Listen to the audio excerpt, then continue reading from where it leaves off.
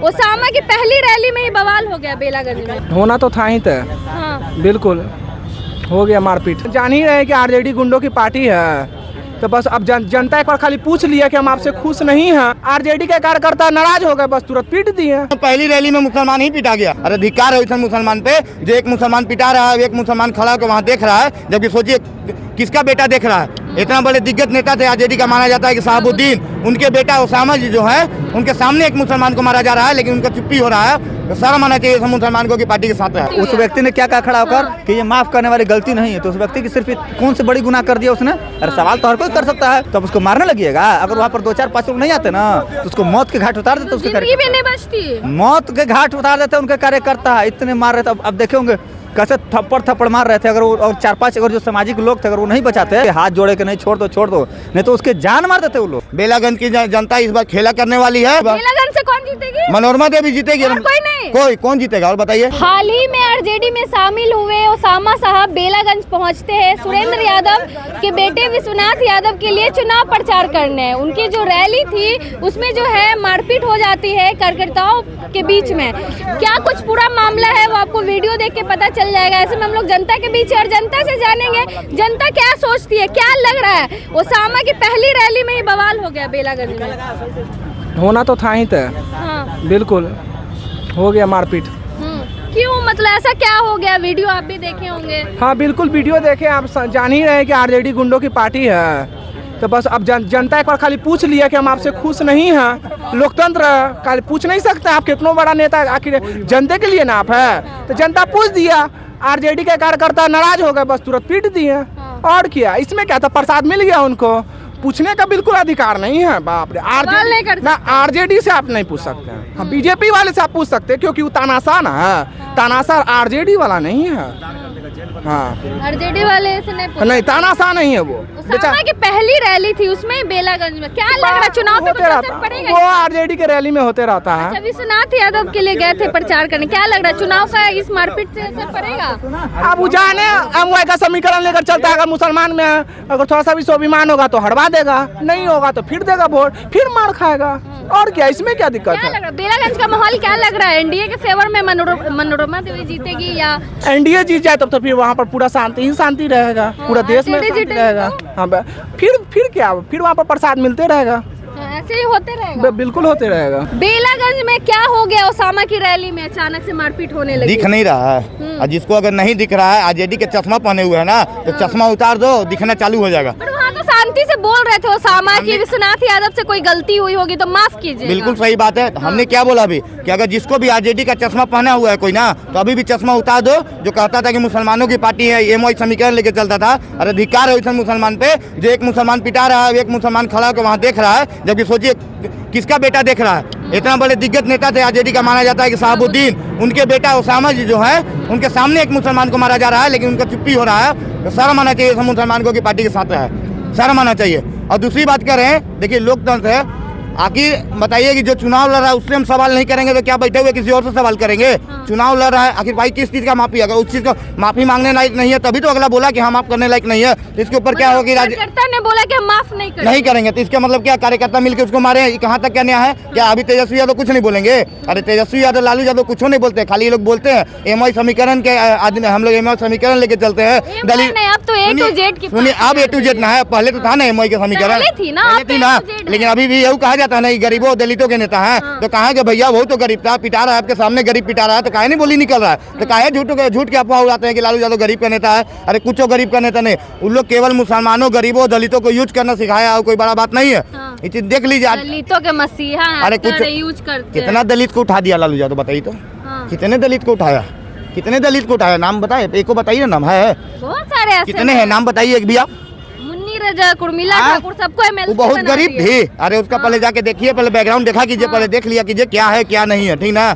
ये अफवाह मत फैलाए। वही लोग बोलते हैं कि हमको लालू जी उठाए हैं, बहुत गरीब परिवार से, कोई नाई की बेटी है, कोई कपड़ा धोने वाली है। अरे सब अफवाह मत उड़ाइए, ठीक ना?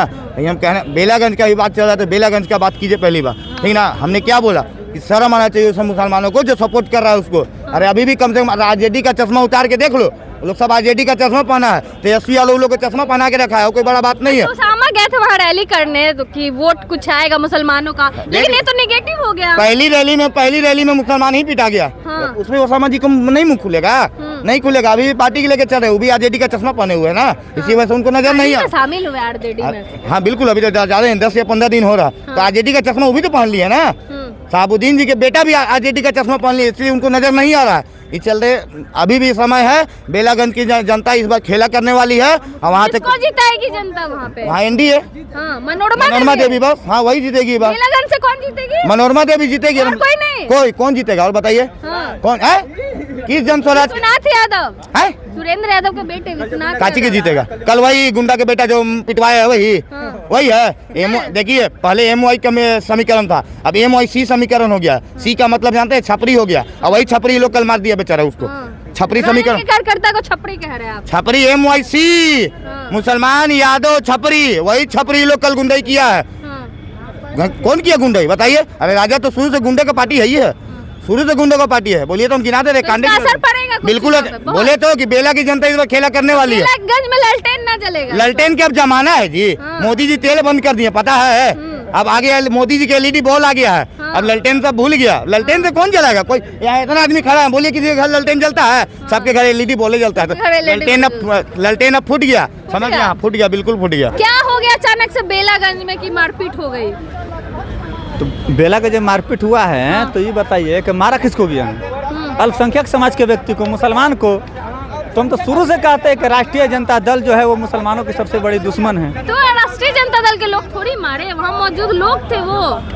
अच्छा, तो भीड़ में कोई भी एक मिनट, कार्यक्रम किस पार्टी का चल रहा था? राजद का। तो राजद का कार्यक्रम चलेगा तो वहाँ जदयू और भाजपा वाले जाएंगे कि राजद वाले ही जाएंगे?